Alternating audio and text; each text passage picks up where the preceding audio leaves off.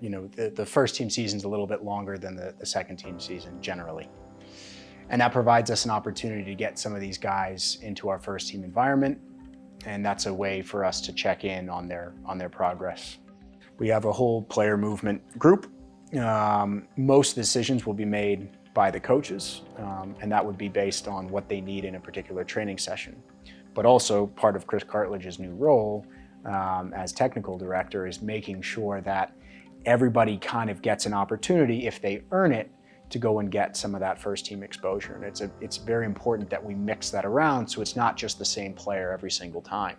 We need to have, as part of all of our guys' developments, different opportunities to expose themselves to that training session, that level of competition. The pathway is not always linear. Players aren't always just progressing. Sometimes there's little setbacks on the journey. Sometimes there's moments that aren't quite as easy. So as a collective, we come together. It's the coaching staff, the technical staff, the front office staff, to evaluate what is the right thing at the right time. So it's a collaborative effort, and there's a lot of communication involved, and there's a lot of planning involved as we sort of move through that process. I'm feeling so good. It's important for us to come and help the first team and show them that the guys are ready, can move for the second team to the first team and help them to going forward. I'm trying to show what I can do and what I can show. I'm ready, I'm trying. So it's a big changeover moment for Dowda, right? He's moving from the second team locker room to the first team locker room. And with that comes expectations and a bit of a feeling of belonging, right?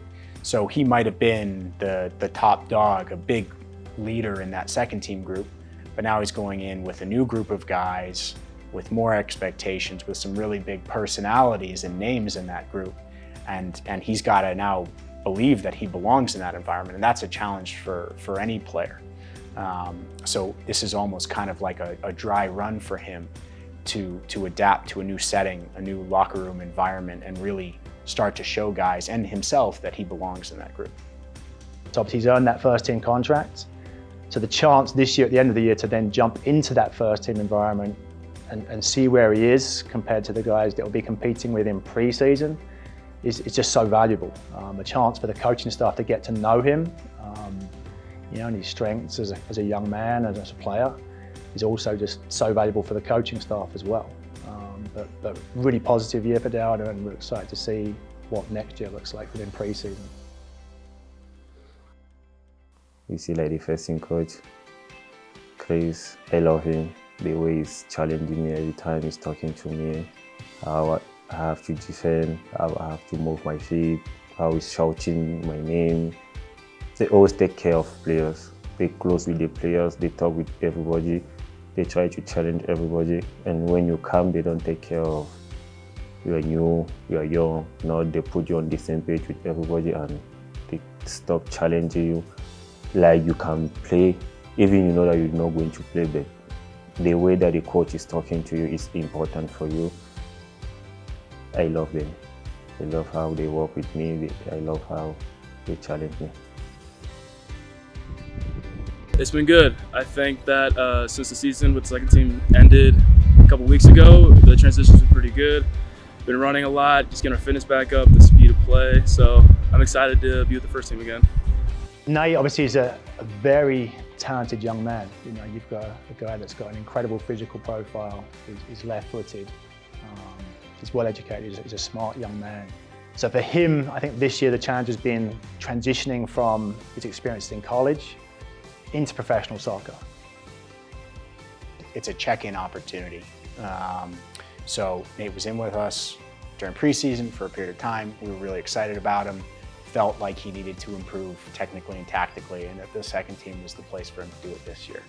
Bring him back into the first team at the end of the season for a nice period of time. Not only do we need a center back because we've sold Moyes, but it's an opportunity to check in on him. It's again a part of that stimulus saying, hey, look, this is where you need to get to, and really challenge him to do that. Yeah, going from the second team and being a leader on that team was really good. But going to the first team, there's a lot of guys who've been there for like many years, like Maxu and Keegan and Johnny. So I think that when I go out to training, I'm really drawn towards those guys. Like Maxu, if they're doing like extra reps after practice, I'm like, okay, I need to get in with them and just like learn as much as I can from those leaders. I've learned that the routine is really important, that every single week is pretty much structured the same. There's not a lot of leeway.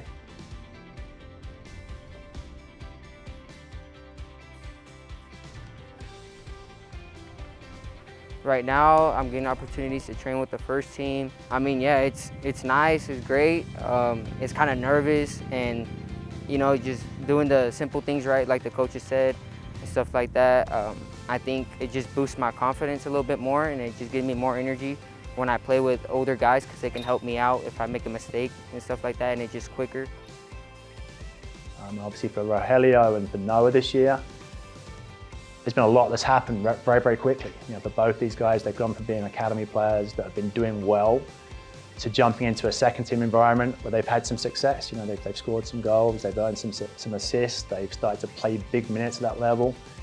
And, you know, they've earned the respect of the coaching staff and their peers as well within the team.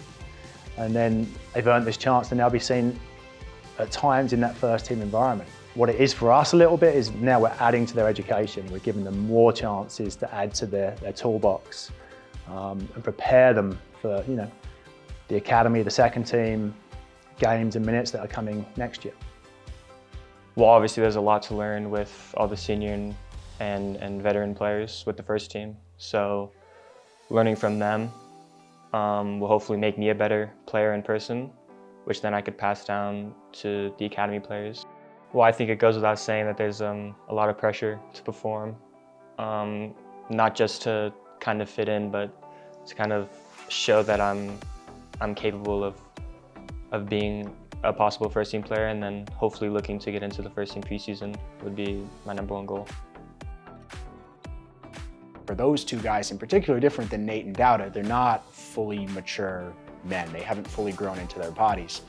And so they need to start to adapt to what the physicality of a first team game looks like. Where with the second team, there'll be other players that are similar ages or maybe only a year or two older than they are. But when they're with the first team, they're playing with a bunch of fully mature guys. And not only adapting their bodies physically, but knowing how to play a more physical game is a real learning experience for them.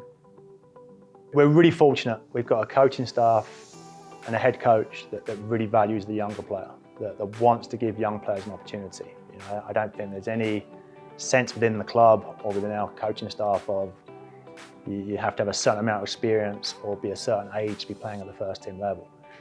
These guys want to compete. These guys want to step on the field and show that they can play at that level, and maybe that brings out a little bit more in some of the first team guys. And at the same time, I think the other piece that's really positive, we've got an incredible group of first team players as well, guys that in the locker room and off the field get what these young players are going through, and they're guys that want to support those young players and, you know, put an arm around a shoulder, provide some advice and help them on their journey. And it really does create for a positive environment for everybody.